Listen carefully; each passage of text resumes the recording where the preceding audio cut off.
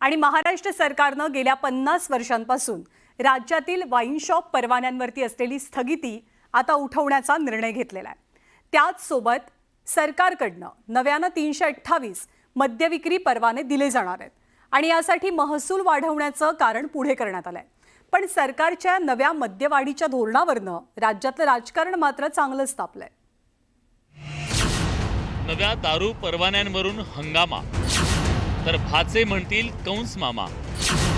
सरकारच्या दारू धोरणावरून कल्ला, विरोधकांचा महायुती सरकारवर हल्ला।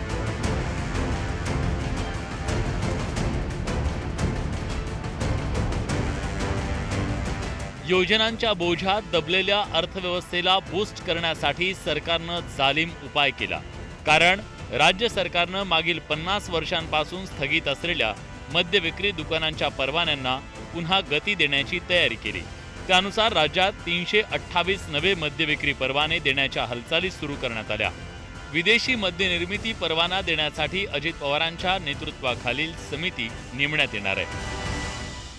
आपण पाठीमागच्या काळामध्येच एक नियम केलेला आहे 72ला का काहीतरी 72-74ला की इथनं पुढं दारूचे परवाने म्हणजे द्यायचे असतील दुकानं शॉप तर त्याच्या संदर्भामध्ये विधिमंडळाला विश्वासामध्ये घेतल्याशिवाय द्यायचे नाही असा निर्णय झाला। त्याच्यानंतर कधी पण आपल्या महाराष्ट्रामध्ये म्हणजे बाकीच्या अनेक राज्यांच्या मध्ये मला तर माहिती मिळाली की उत्तर प्रदेशमध्ये दरवर्षी 3% परवाने जास्त दिले जातात, वाढवले जातात। खर्च तर हा होतोय तर इन्कम तर वाढलं पाहिजे।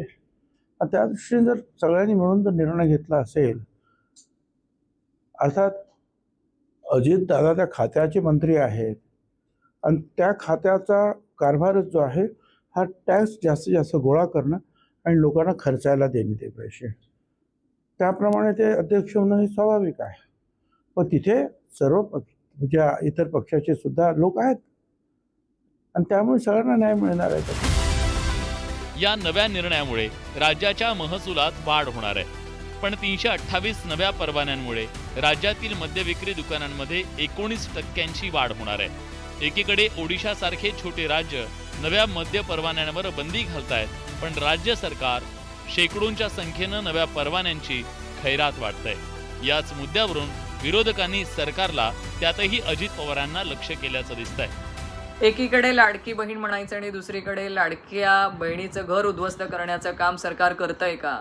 328 नवीन मद्य विक्रीचे परवाने देण्याचा प्रयत्न सरकारच्या माध्यमातून होतोय। जसं कंसाने देवकी मातेचं संपूर्ण घर उद्ध्वस्त केलं होतं, त्याच्या मुलाबाळांची हत्या केली होती, तसंच काहीतरी सरकार कंसाची भूमिका निभावतंय का? तुमच्या दारूमधून तुम्हाला मिळणारा पैसा, तुम्हाला मिळणारं उत्पन्न एवढंच तुम्ही बघत असाल तरी तुम्हाला महाराष्ट्रातल्या माता भगिनींना लाडकी बहीण म्हणायचा अधिकार नाही। कुणाशी संबंधित आहे त्याहीपेक्षा या महाराष्ट्राचे संस्कार आणि संस्कृती बर्बाद करण्याचा प्लॅन आहे। बहिणींना पैसे द्यायचे आणि बहिणींच्या पैशातनं चपट्या आणायला मदत करायची का? ह्यांचा सिम्बॉल मॅकडोनाल्ड होणार आहे। ये सरकार किसकी है? ये सरकार विजय मल्ल्या की है। लाडकी बहीण योजना आणि इतर योजनांमुळे महाराष्ट्र सरकारची आर्थिक कोंडी झाली आहे। त्यामुळे अनेक खात्यांचा निधी इतरत्र वळवण्याचं आणि त्यावरून नाराजी नाट्य रंगल्याचं वेळोवेळी समोर आलंय। याच अडचणींवर पर्याय म्हणून आता सरकार महसूल वाढीसाठी कोट्यवधी रुपये घेऊन दारू परवाने देणार आहे। पण महसुलाच्या नावानं दारू विक्रीच्या परवान्यांची अशी खैरात वाटणं खरंच योग्य आहे का?